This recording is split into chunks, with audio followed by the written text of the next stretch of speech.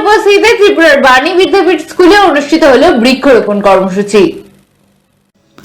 জাতীয় শিক্ষানীতি সপ্তাহকে সামনে রেখে বাণী বিদ্যাপীঠ স্কুলে অনুষ্ঠিত হলো বৃক্ষরোপণ কর্মসূচি। অনুষ্ঠানে উপস্থিত ছিলেন ত্রিপুরার মেয়র দীপক মজুমদার এবং বহু বিশিষ্ট ব্যক্তিগণ। কি বলবেন? আমাদের দেশে জাতীয় শিক্ষানীতি ৪র্থ বর্ষ উপলক্ষে সারা দেশের সঙ্গে সারা রাজ্যে এবং আগরতলা শহরও বিভিন্ন শিক্ষা প্রতিষ্ঠানের বিদ্যালয়ে 7 দিনব্যাপী গত 22 জুলাই থেকে শুরু হয়েছে প্রোগ্রাম। আজকে এখানে বাণী বিদ্যাপীঠ বালিকা বিদ্যালয়ের 6ষ্ঠতম দিন। আজকে বিভিন্ন কর্মসূচি 7 দিনব্যাপী বিভিন্ন কর্মসূচি নেওয়া হয়েছে। তার মধ্যে আজকে ড্রয়িং কম্পিটিশান এবং বৃক্ষরোপণ, তারই অঙ্গ হিসেবে আজকে আমরা বৃক্ষরোপণ করলাম। তো আমার বিশ্বাস যে যারা স্টুডেন্টরা আছে তারা বৃক্ষরোপণের গুরুত্ব সম্বন্ধে অনুধাবন করবেন।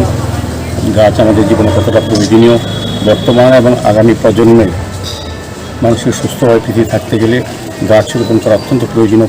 পরিবেশের ভারসাম্য রক্ষা করে বৃক্ষ। কাজে আমাদের প্রধানমন্ত্রী বলেছেন যে একটি বৃক্ষকে নিজের মায়ের নামে রোপণ করার জন্য।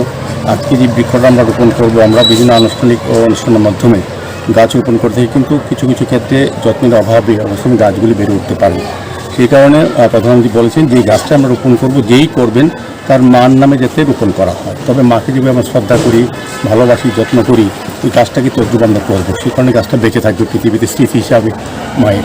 সেই কারণেই এই অনুষ্ঠান করা হয়েছে। আমি বালিকা বিদ্যালয়ের যারা স্টুডেন্ট, যারা অভিভাবক এবং প্রধান শিক্ষিকা, সহকারী প্রধান শিক্ষিকা সহ যারা টিচাররা আছেন, বিশেষ করে মনোযোগী দায়িত্ব নিয়ে কাজগুলি করেন, আমি প্রত্যেকেই ধন্যবাদ জানাই। আমার বিশ্বাস থাকবে শিক্ষা সপ্তাহে 7 দিনব্যাপী যে কর্মসূচিগুলি স্টুডেন্টের জন্য করা হচ্ছে সেগুলি তাদের আগামী জীবনে নিজেকে তৈরি করার জন্য মানুষ হিসাবে, স্টুডেন্ট হিসাবে এটা অত্যন্ত সফল হবে।